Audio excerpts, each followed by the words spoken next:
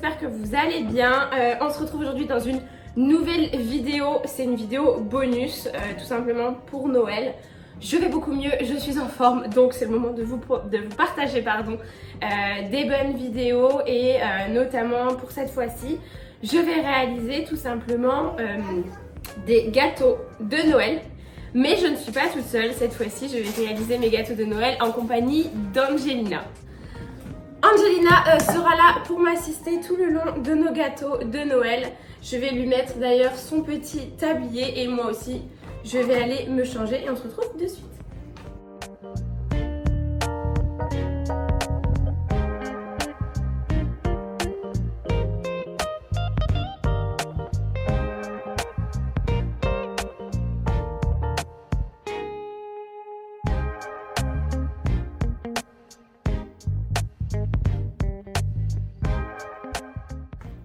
Voilà. Tu vois, on va faire les gâteaux.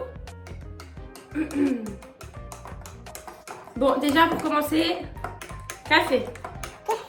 Café. Le café de maman. Très important, le café. J'en mets partout. J'ai trouvé une recette directement sur internet pour faire des gâteaux de Noël à la cannelle. On va en faire des classico-classiques parce que ça sert à rien de s'aventurer dans quelque chose qu'on va pas aimer. Et du coup ça va être tout simplement des petits biscuits et avec j'ai quelques emporte-pièces ici. Vous voyez, j'en ai plusieurs. Alors j'ai pas de sapin de Noël. J'en ai un ici, alors je ne sais absolument pas à quoi il ressemble. Je sais pas si vous allez voir. Voilà, je sais pas dans quel sens il faut le mettre. Je sais pas si c'est un pingouin, un monsieur. J'en sais rien. Mais sinon les autres, c'est des étoiles, lune, fleur, cœur. Et après, c'est des roses. On va faire avec ça. Les amis, je vous reprends en voix off pour la suite de la vidéo car étant donné que la vidéo durait assez longtemps, je l'ai mise en accéléré. Donc ça sert à rien que je vous mette les voix originales. Pour la recette, je vais vous la mettre directement en barre d'infos. Je ne vais pas vous l'inscrire directement sur la vidéo. Comme ça, en barre d'infos, vous avez vraiment tout. Vous n'avez plus qu'à faire une capture d'écran. Et comme ça, c'est d'autant plus simple.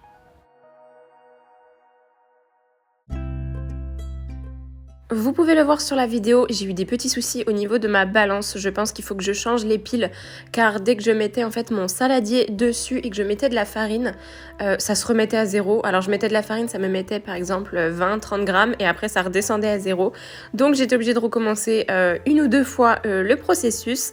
Mais bon, je commence par mettre la farine, enfin comme pour tout gâteau ou toute pâtisserie, je commence d'abord par tous les aliments qui vont être secs et c'est Angelina qui va m'aider à tout mélanger. C'est trop bien de faire une activité avec elle, franchement je trouve ça génial. Je n'ai pas encore de tour d'observation. Bon, le Papa Noël arrive bientôt, donc ça c'est cool. Mais effectivement, là, elle était sur un pouf, enfin sur une espèce de boîte pouf. C'est un coffre en fait où on range pas mal de bazar dedans. Mais c'est vrai que c'est pas très pratique. En fait, j'ai très peur qu'elle tombe sur les côtés. Ou qu'elle trébuche tout simplement, qu'elle mette un pas sur les côtés. Donc c'est vrai que c'était pas pratique. Mais du coup, voilà, on a fait comme ça.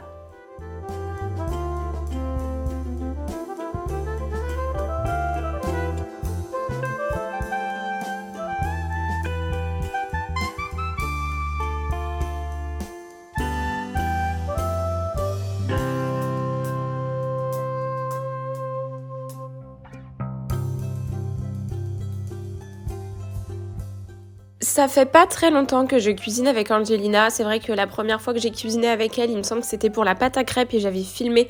C'était il y a un petit mois de ça, mais c'est pas tout récent.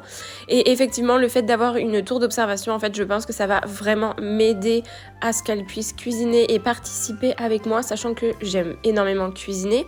Et notamment les gâteaux, les pâtisseries, toutes ces choses-là. Je cuisine en général même du salé, mais c'est vrai que bon, je vais pas lui faire un bœuf bourguignon, quoi. C'est pas très rigolo. Alors que un gâteau où elle va pouvoir l'apprécier après et pouvoir le déguster, voire même l'emmener avec ses copains à la crèche par exemple, je trouve ça d'autant plus intéressant et j'ai vraiment hâte de pouvoir faire ça encore plus avec elle. C'est vrai que je trouve que quand on est maman, on a tendance à pleurer parce que notre enfant grandit trop vite, c'est vrai. Mais en fait, plus notre enfant grandit et plus on fait des choses complètement différentes avec. Et je trouve ça génial aussi. Bon, j'ai quand même envie de pleurer parce que ma fille, je la trouve trop grande. Hein. Mais je trouve ça vachement bien quand même parce que je fais d'autant plus de choses et des choses que je ne faisais pas avant. Enfin bref les amis, là je suis en train de vous raconter ma vie et j'adore raconter ma vie. Mais pour continuer la recette, du coup j'ai rajouté dans la farine de la levure, j'ai rajouté du sucre vanillé, de la cannelle, un petit peu de cannelle, un petit peu beaucoup quand même de cannelle. Et là je vais rajouter du beurre fondu, ensuite il me restera que l'œuf à rajouter. Attends.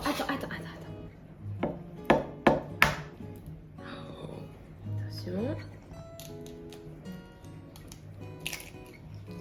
Bravo!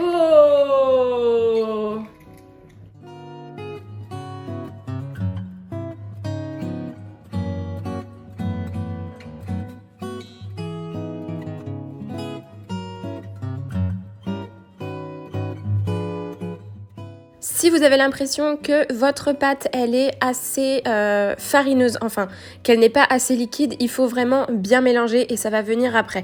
Tout simplement. Moi, j'avais l'impression qu'il y avait 1000 fois trop de farine et à un moment donné, je me suis tâtée à rajouter du lait. Mais non, il faut vraiment mélanger longtemps.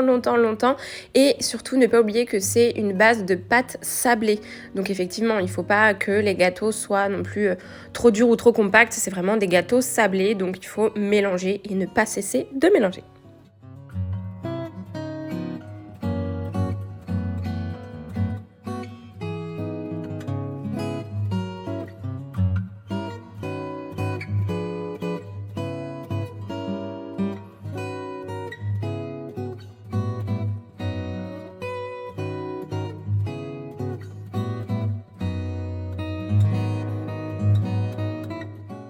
La recette que je vous ai trouvée, c'est une recette pour pas énormément de biscuits. C'est vrai que l'année dernière, j'en avais fait des biscuits et en fait, il y en avait 1000 fois trop, j'en ai jeté la moitié. Et là, j'ai trouvé une recette où vous en avez pas énormément. Du coup, à côté de ça, je vais préparer une plaque de cuisson avec du papier sulfurisé et vous allez voir que toute ma pâte en fait que j'ai préparée a suffi pour une plaque de cuisson. Vous allez me comprendre après, mais en gros, il n'y avait pas de surplus, il y avait vraiment les quantités qu'il fallait.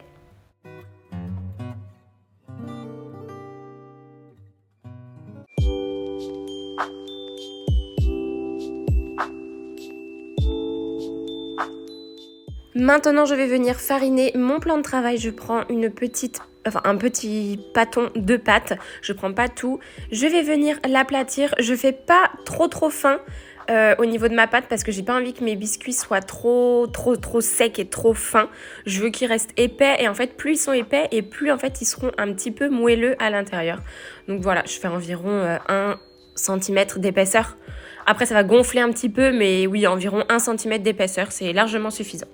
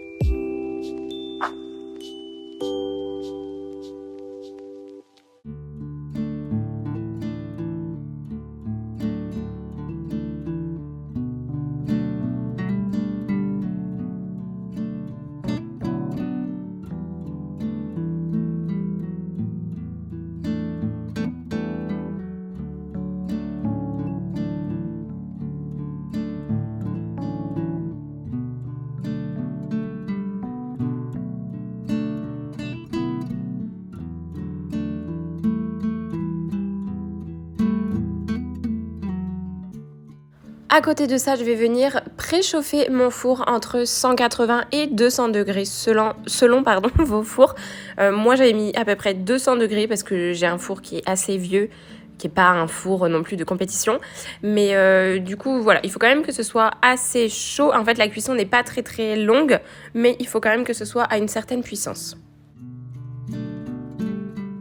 Voilà à peu près au niveau des quantités de la pâte, ça me fait vraiment une plaque de cuisson entière et au moins je fais tout en une cuisson, j'ai pas besoin d'en avoir 1000 fois trop. Pour continuer, je vais venir les dorer avec un jaune d'œuf et un pinceau. C'est hyper pratique le pinceau par contre pour faire ça.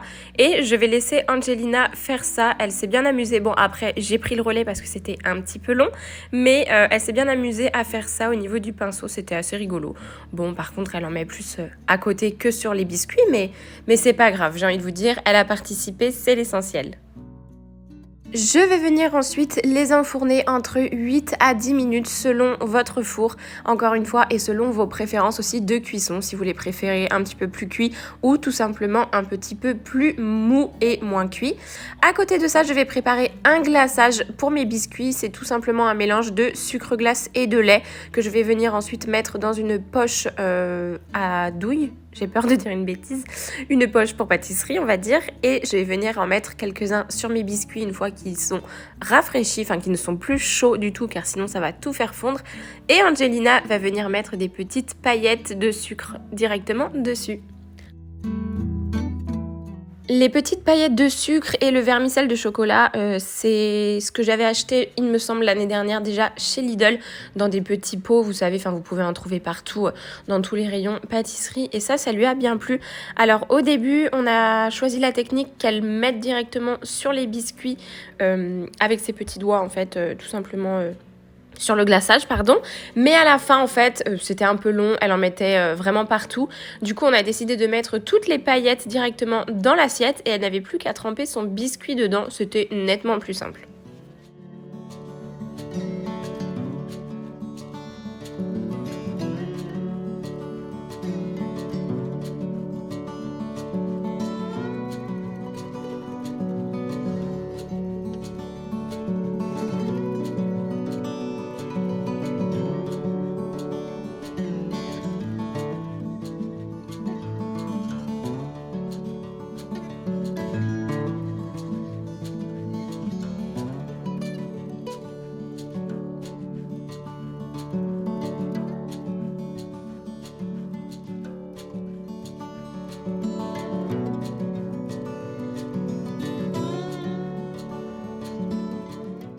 Et voilà nos biscuits de Noël, en tout cas c'était super de faire ça, ils étaient super bons et c'est une super activité à faire avec vos enfants.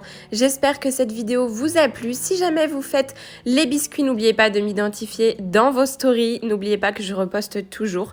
Venez vous abonner directement sur YouTube ainsi que sur Instagram pour suivre notre quotidien et je vous dis à la prochaine fois.